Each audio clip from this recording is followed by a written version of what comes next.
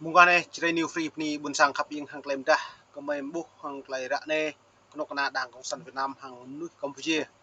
nó lại đùm đã ra lâu thì ta bồ nhiều kiều tòng ten với mại chứ có ta lấy hạt tiếp lấy phi bong này đây xị mè này đây tua po lần char này đấy bong mò lại đợi xăm vô cất ta bột thôn tua bò tua lúc bạn này ta bồ hiểm bạ dưa cái Trung Quốc mút mà lần char Campuchia lấy ta Campuchia mà mong luôn chứ Campuchia lăng Việt Nam bong mò hẻm nực hẻm bồ nó như mạ đáo nhiều cánh đào nó lại nhiều một thông qua cầu luật lại hiển biên giới Việt Nam hàng Campuchia nó bộ người giao Việt Nam rõ ràng có trả lời này lại mọi vụ tu ở tại phép liệt rõ mạng sẽ hằng Hun Sen Việt Nam Campuchia Việt Nam nữa Campuchia ngạo Việt Nam này như nó lời mấy bút như là Campuchia này mà rõ cả phung bù hẻm bù bệt pul buồn cùng đó như vậy nó tự bù vô kết lại đùm đã ra lau như chót tòng tên của mãi rút thôn plan này đã bù hiểm bá Campuchia bù lặng cái nhột ta dưới ta Campuchia tiếp hồi nhiều bị pro này suy lại xăm như lệ càng là bùi bong bởi đi lần chào Việt Nam bập nhỉ vì đồng bong bởi đi Campuchia lệ lần là lệ cái nào là cái nhập phố con đồng nhiệt thọ tiếp để lợi dụng càng xâm chiếm lần là Campuchia đối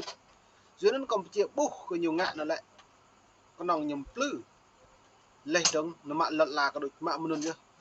Campuchia bù tu ở mạ mong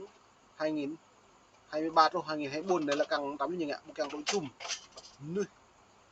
Việt Nam mút mà Campuchia lệ trống bị khoa mua như mút này đây càng này giờ nó nèo mút ba thằng cha Trung Quốc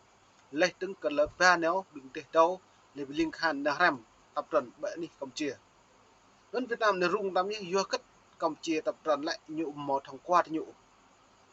nó phá với cha chấm phạt lại tôi đã buộc lại này cứ cất Campuchia đom thì nhụ lấy chấm phạt lần cha Campuchia lần cha Việt Nam à cái bồi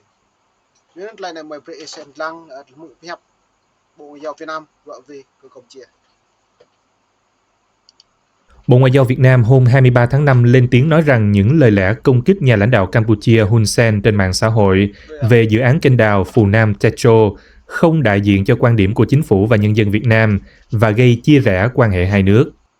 Trước đó, hôm 20 tháng 5, ông Hun Sen, cựu thủ tướng và giờ là chủ tịch Thượng viện Campuchia, nói gần đây đã có nhiều lời lẽ mang tính xúc phạm nhắm vào ông trên mạng xã hội TikTok xung quanh dự án kênh đào Phù Nam Techo mà ông cho là xuất phát từ những người Việt Nam. Vụ việc leo thang thành một sự cố ngoại giao khi Ngoại trưởng Campuchia Sokchanda Sophia tiếp Đại sứ Việt Nam Nguyễn Huy Tăng hôm 20 tháng 5 để nói rằng chính phủ Campuchia sốc trước những lời lẽ tiêu cực xúc phạm lãnh đạo Campuchia và yêu cầu Việt Nam phối hợp để truy tìm những kẻ đứng sau, báo Khmer Times đưa tin. Lên tiếng về vụ việc. Giữa đến tại bộ lại tua bộ lần trả nó lại nhờ lệ bộ một chỗ ở chính rằng đúc chỗ tự nhủ tôi lệ Hun Sen lại hí lớn tự nhủ lại nhị mới mang thông tin TikTok vẫn mang thông tin TikTok nhị cái nhồi nhau lấy tài khoản lấy cô lấy cả phụ này giữa nó nằm nách chiến lược cái đảng cộng sản Việt Nam lên tướng nhiều chấp của loại nhiều mũi mạch cái đằng lên tướng lún ta hàng lại nhiều nhị cơ lần trả Campuchia vừa đặt mút mà hàng Trung Quốc luôn tự đáo như gió điên canh đáo này lại hiếm bạn đã buộc lời này là việc mạng đã buộc cao lại buồn nặng ố Việt Nam nhiều xem nào vương rọn lần chào Campuchia tùy lời như càng tùy bỏng của này độ còn thì độ xong vô cất Việt Nam như một chỗ rung về độ bùa tập năng lưu như vừa tài khoản Facebook giá lấy tương bằng bằng hội đồng tự nhớ bằng đáng trong nội bộ của nhau lại những nhịp nhạc Campuchia lê Campuchia hí mất nhiều bộ màu mũ lê đầu bộ ngã tôi hướng lại cần nhiều lưu nào buồn sàng Campuchia nơi nào còn xảy ra buồn sáng Việt Nam một mà đi lần chặt Campuchia luôn mà sao mới được đặt mông niệm nắp Việt Nam nhiều cứ mới lệ tờ hàng lại rõ về như sạt Campuchia lệ vô cái canh đào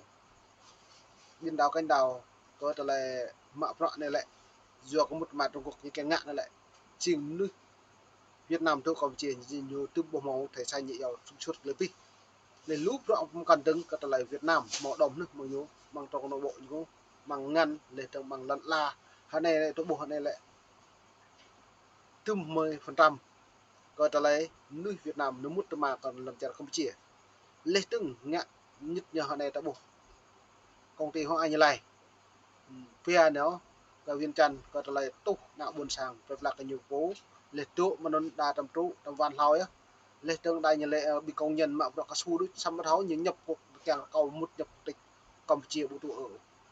lời này đã bộ hiếm bày được mệt vả nên mày phải xem lăng là nhiệt lệ bộ người giàu Việt Nam đoạn về ở hàng Campuchia này chúng ta chỉ do đang chốt hạ bật đại có nhiều phong ạ nên đập vậy xem lăng việc người phát ngôn Bộ Ngoại giao Việt Nam Phạm Thu Hằng hôm thứ Năm gọi những bình luận này làm mang tính kích động, chia rẽ tình cảm tốt đẹp giữa nhân dân Việt Nam và Campuchia, công kích cá nhân lãnh đạo hai nước. Chúng tôi không đồng tình với các ý kiến bình luận này, bà Hằng nói, và nhấn mạnh rằng đó chỉ là ý kiến cá nhân chứ không đại diện cho quan điểm của chính phủ và nhân dân Việt Nam. Bà kêu gọi nhà chức trách hai nước có các biện pháp thiết thực hiệu quả để giúp nhân dân và các thế hệ tương lai của hai nước hiểu rõ và đầy đủ về mối quan hệ giữa Việt Nam và Campuchia. Bà cũng lặp lại đề nghị của Hà Nội rằng Phnom Penh cần tiếp tục phối hợp.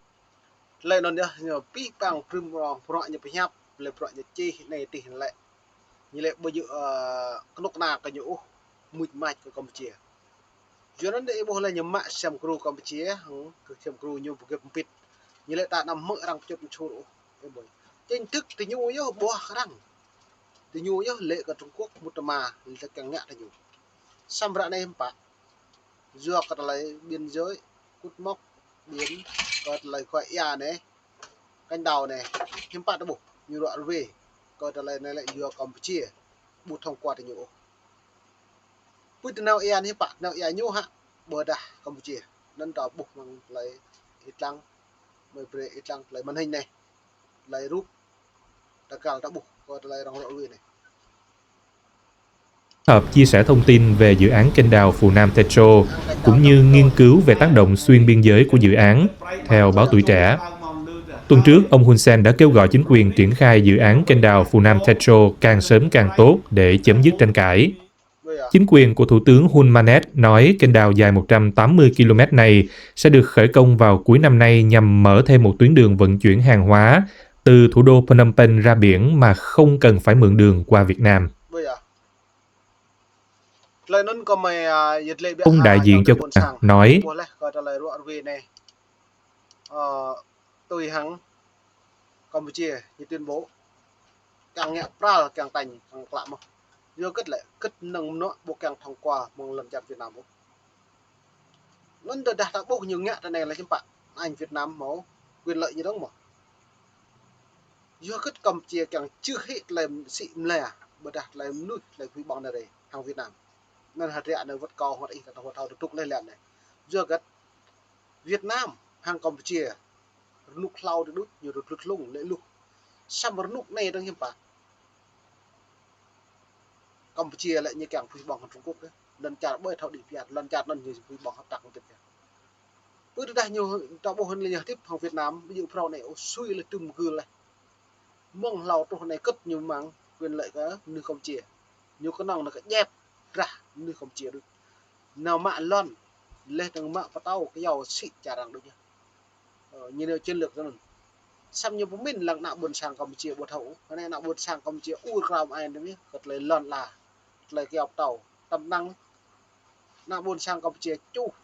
như giáo trạm trung lâm Campuchia Việt Nam dưa gật dưa hoang anh lai tầm như nộp tụ giàu mà trả Campuchia này xịn trả nhiều mang non là mặt mạo vắt lần là cái nào là cái đồ tích là phi bỏ lần về như lệ một cái Campuchia rồi về thác lại plak su lệ tụ nào lại plak nhân tắm nhưng bạn prai can mạ kèo tàu pi nó sẽ Hun Sen này nào buồn sạc này nhậpปูnhập bổ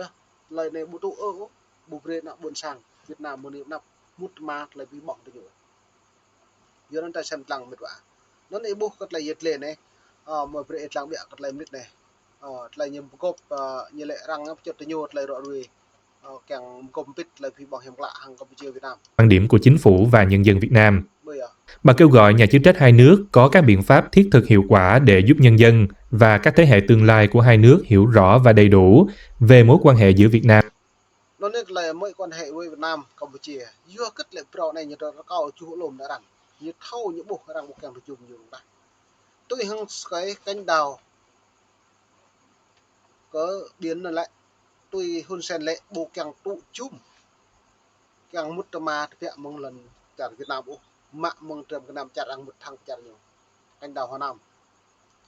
nó là cánh đào Hoa Nam đấy hiếm bắt được bộ nó cái thủ tướng Việt Campuchia cái món nét cợt lại rõ ruồi này chứ món nét này một vị sang làm vậy cợt lại lên là cánh đào này Hà Nội rằng Phnom Penh cần tiếp tục phối hợp chia sẻ thông tin về dự án kênh đào Phù Nam Techo cũng như nghiên cứu về tác động xuyên biên giới của dự án, theo báo Tuổi Trẻ. Tuần trước, ông Hun Sen đã kêu gọi chính quyền triển khai dự án kênh đào Phù Nam Techo càng sớm càng tốt để chấm dứt tranh cãi. Chính quyền của Thủ tướng Hun Manet nói kênh đào dài 180 km này sẽ được khởi công vào cuối năm nay nhằm mở thêm một tuyến đường vận chuyển hàng hóa từ thủ đô Phnom Penh ra biển mà không cần phải mượn đường qua Việt Nam. bây giờ dựa nó đấy hai này lại nhiều chỗ lôm ai tâm nhá dựa trả đang bảo càng mút mai chỉ lên Việt Nam bộ nó đã buộc lại này dựa ai tâm